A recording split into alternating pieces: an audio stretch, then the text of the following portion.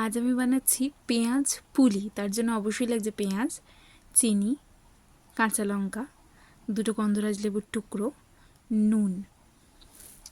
আর ময়দাটা আমি নুন আর চিনি দিয়ে উষ্ণ গরম জল দিয়ে ভালো করে মেখে রেখে দিয়েছি। এখন পেঁয়াজের মধ্যে আমরা এক এক করে উপকরণগুলো দিয়ে দেব।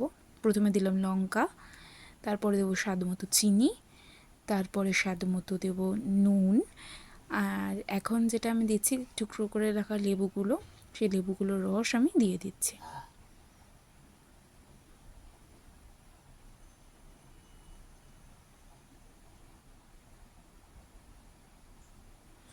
এখন এই পেঁয়াজগুলোকে ভালোভাবে মাখিয়ে নিতে হবে, যাতে একটা পেঁয়াজের গায়েও একটা পেঁয়াজ না লেগে থাকে। খুব ভালো করে চটকিয়ে এটাকে মাখিয়ে নিতে হবে। এটা অনেক দিনের পুরনো একটা রান্না। আমার মা যখন আমরা ক্লাস 3-তে আমি পড়ি তখন বানিয়ে খাইয়েছিল। তো সেই স্বাদটা হয়তো এখনও মুখে লেগে রয়েছে। তো এখন আমি চটপট করে তেল গরম করতে বসিয়ে দেব। তেল গরম করতে করতে আমার এই ভিডিওটা ভালো লাগলে অবশ্যই লাইক, কমেন্ট অ্যান্ড সাবস্ক্রাইব করতে ভুলবেন না। আমি এই ডোগুলোকে কেটে রেখেছি। এখন এই ডোগুলো দিয়ে আমি পুলি পিঠের আকারে গড়ে নেব। পুলি পিঠে যেমনভাবে আমরা বানাই সেভাবেই প্রথমে গোল করে তারপরে ওর মধ্যে আমরা পেঁয়াজের পুরটা দিয়ে দেব। প্রথমে মানে বেসিক্যালি কি, আমি দুধ পুলি খেতে একদমই ভালোবাসি না। তো মাকে আমি বলতাম, মা তোমরা পিঠে খাও কোথায়, আমাকে তো পিঠে কেউ করে দাও না। তো মা বলতো তুই তো দুধ খাস না বাবু। তো তারপরেই মার এই ইনোভেটিভ একটা আইডিয়া, সেটা হচ্ছে পেঁয়াজ পুলি। এখন এই পেঁয়াজটা এর মধ্যে আমি এটা দিয়ে দিলাম, দিয়ে এবার পুলি পিঠের আকারে আমরা এটাকে মুড়ে নেব। আমি খুব একটা ভালো পারি না, বাস একটু প্রচেষ্টা করছিলাম আর কি, যে যদি হয় সম্ভব। পুলি পিঠে সত্যিই আমি এই যে মোড়াটা খুব টাফ, যেটা এখনও অবধি আমি পুরোপুরিভাবে রপ্ত করে উঠতে পারিনি। কাজ চালিয়ে নেওয়ার মতো মোটামুটি করতে পারি।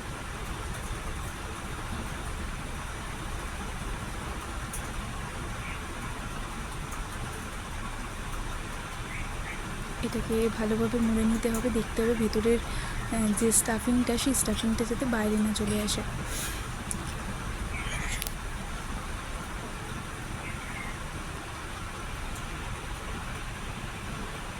মা ঠাকুমারা আগে পিঠে করতো, সেই পিঠের স্বাদ তো আর মানে এখন নতুন করে আর ফিরে আসে না। আর পিঠে বানানো থেকে তো আমি মানে দূরেই থাকি আর কি। বাড়িতে শাশুড়ি মা বলে দেন, সেই অনুযায়ী আমি করি।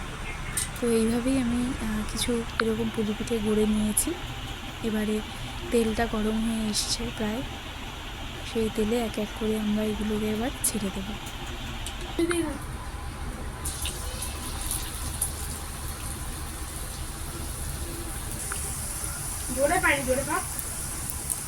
এটাকে এবার একদম লো ফ্লেমে এটাকে ভাজতে হবে, যাতে উপরের আর ভেতরের অংশগুলো একদম কাঁচা না থাকে।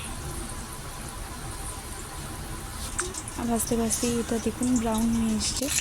তো এই যে এটা একদমভাবে পুরোপুরিভাবে ব্রাউন হয়ে গেছে। এবার এটাকে আমরা তুলে নেব, তুলে নিয়ে সার্ভ করে দেবো পেঁয়াজ পুলি। কেমন লাগলো অবশ্যই জানাবেন। ধন্যবাদ।